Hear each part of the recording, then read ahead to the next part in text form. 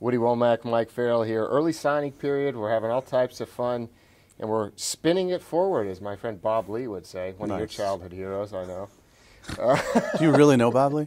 No, I don't know Bob Lee. I love Bob Lee, though. I wish I knew. I wish he was my Bob's dad. a little cranky. I met him a couple times at ESPN. He's a little cranky. Really? Yeah. Oh, you're a recruiting nerd. He's a capital J journalist, much like myself. Yeah, whatever. So we're talking about which recruiting class this year is kind of going to win a national championship. Now we're taking Alabama out because right, that's not fair. They don't count. Yeah, no. sorry, Crimson Tide fans. So we're looking at guys that have star players that are going to come in and contribute and maybe put a team over the top. What's your pick, Mike? I'm going to go Oklahoma, and I'm going to go offense. You know, I don't care if they can't play defense. I know they're going to get better on the defensive side of the ball. They can't get worse. But offensively, I think they're putting together the pieces. You know, we've talked about Theo Weiss. We've talked about Trajan Bridges, Austin Stogner at tight end. They'll turn him into a terrific player. He'll be a great offensive lineman for them. See, you can't make that joke because I said Calcaterra was going to be an offensive lineman or could be an offensive lineman. That. I did. Okay, you did. Okay. I said he had a frame that could grow into an offensive line. I never heard the end of it, so you can't make that joke. Okay. And Spencer Rattler and on and on. You know, I mean, they've got so many different offensive weapons that are coming in there. They've got Lincoln Riley.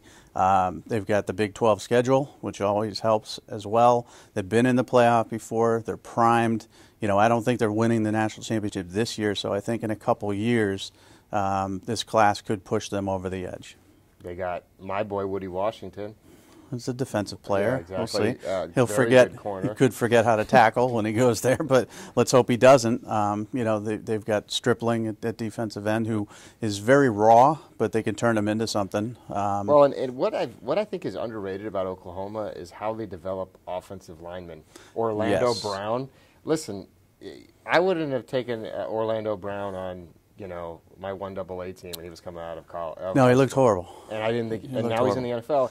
And you know, you say whatever you want. I don't know how he's playing in the NFL or if he's playing. He's playing. He was an All-American for them that they really developed. We had him as a 5'7" 3-star based on bloodlines and essentially his everything went his potential. Yeah. If he lost a lot of weight, because remember how big he was and how slow he was out of high school. Everything did go right, but you got to credit Oklahoma with that. They, I think, had the best offensive line in the country this past year, and they develop those players. Stacey Wilkins, another one of those guys that's very athletic, high up. You see him, and you would think he is like a small forward. He looks like an offensive tackle. Looks great. Guess what? He's going to put on 50 pounds of muscle and still have that athleticism. And there's no way they're not going to continue to score 40 to 50 points a game as we move forward. So give me yours. All right. Now, this one is easy. I know it is. You have a team that has the greatest player of all time, leading the offense, Trevor Lawrence, and you said, Woody, we're going to give him a couple more elite wide receivers: 5-star Joseph Nada, Frank Ladson, the Florida. Yeah. Give me any. If Clemson's taking a wide receiver from Florida, I'm in on it. Mm-hmm. We'll look through the years, you know, Sammy Watkins, ring a bell, pretty good. Yeah, guys like that. So Deion Kane, Ray McLeod. I mean, those guys won a national championship with Deshaun. So I think now the defense.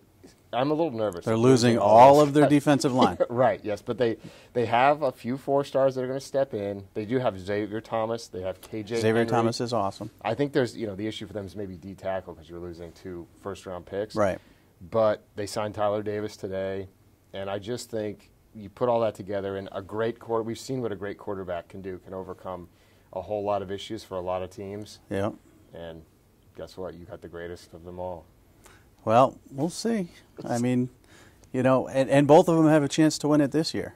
Now, guess what? Wouldn't it be great if we had Justin Fields if he ends up at Oklahoma against Trevor Lawrence, the rivalry? And then Hazelwood goes to Oklahoma because of Fields, and there's 3 5-star wide receivers. Well, I'm just saying, 3 5-star wide receivers in the same class, and you know, I watched that offense. And I'm also counting on the Big 12 to not be as strong a conference, but the ACC is just absolutely horrible. Right, yeah, it's not. They got to get better, but Florida State is years away. Best team in the ACC, so I think your path is there.